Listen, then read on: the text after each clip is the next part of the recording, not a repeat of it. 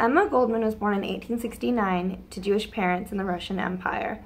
Goldman emigrated to the U.S. in 1885, where she embraced anarchism, feminism, and all-around social justice. Goldman was very controversial for her time. She was sent to prison various times for speaking out about her ideas about birth control, the military draft, and economic inequality. In fact, at one point, she was even dubbed the most dangerous woman in America. All in all, Goldman defied her time's traditional ideas of womanhood and never wavered in her beliefs for anyone. In the following speech, Goldman addresses a courtroom after being charged for speaking about birth control in the year 1916. Around this time, birth control access was highly restricted in America. In addition to its use being outlawed, it was prohibited even to distribute information about contraceptives. This was in accordance with the 1873 Comstock Law. Goldman was arrested for violating this law at least twice. Despite the support Goldman's trials had attracted from the public, in 1916 she was sentenced to 15 days in the workhouse. And her speech is as follows. Your Honor, I am charged with the crime of having given information to women and men as to how to prevent conception. For the last 3 weeks, every night before I packed houses, a stirring social indictment is being played at the Candler Theater.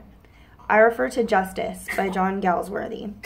The counsel for the defense, in summing up the charge against the defendant, says among other things, Your Honor, back of the commission of every crime is life, palpitating life. Now, what is your palpitating life back of my crime?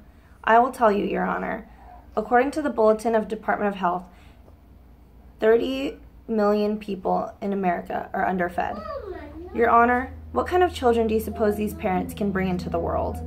I will tell you, children so poor and anemic that they take their leave from this, our kind world, before their last year of life. In that way, 30,000 babies, according to the Baby Welfare Association, are sacrificed in the United States every year. This, Your Honor, is the palpitating life which has confronted me for many years, and which is back the commission of my crime. After all, the question of birth control is largely a working man's question, above all, a woman working's question.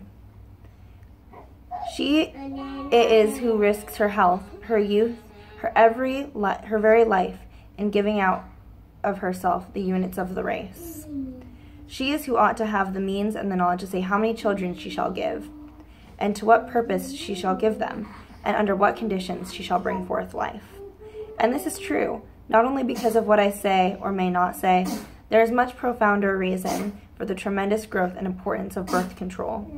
The reason is conditioned in the great modern social conflict, or rather social war, I should say.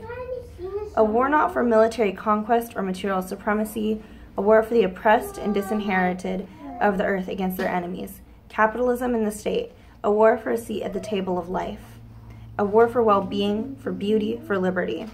Above all this, war is for a free motherhood and a joyous, playful, glorious childhood.